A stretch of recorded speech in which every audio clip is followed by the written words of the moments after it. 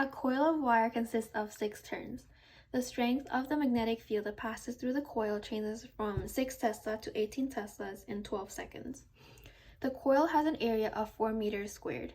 The coil's area vector makes an angle of 40 degrees with the magnetic field vector.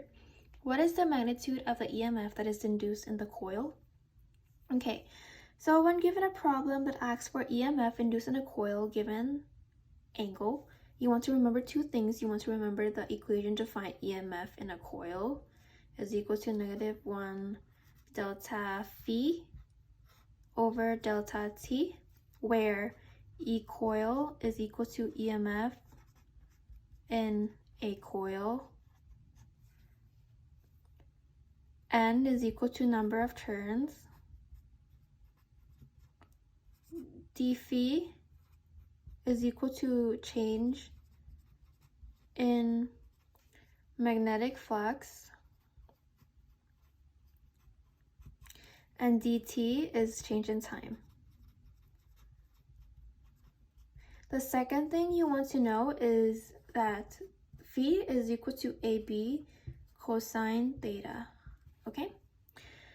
Once you have this, A, you need to know that A is area, B is magnetic flux, not magnetic flux, magnetic field,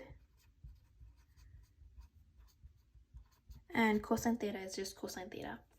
So once you have this, you want to put in this for this. So you have E coil is equal to -N d AB cosine theta over dt. We know that the number of turns in the area is not going to change, so we can move A out along with moving cosine theta out. So we have E coil is equal to -NA cosine theta, change in magnetic field over dt. All right, next up, plug in what we know. We know that E coil is equal to -N, and we know is 6 because it says here a coil of wire consists of 6 turns. A, area, it says here that the coil has an area of 4 meters squared, so area is 4. Cosine theta, what is theta? Theta says, it says here that the area vector makes an angle of 40, so theta is going to be 40. And the change in dB, change in magnetic field,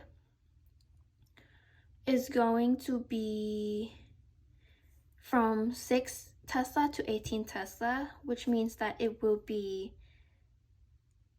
the B final minus B initial, which is going to be 18 minus 6, okay? So after that, you divide by the time, change in time, which it says here 12 seconds. 12 seconds. So you can erase this, put in 18 minus 6.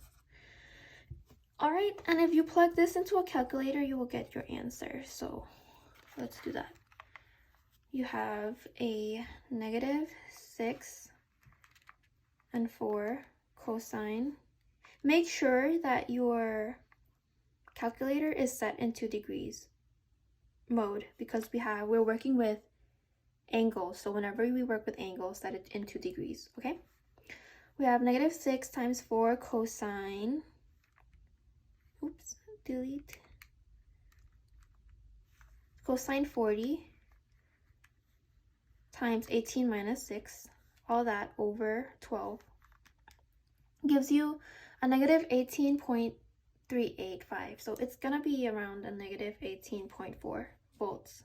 Our unit will be in volts. So this would be your answer.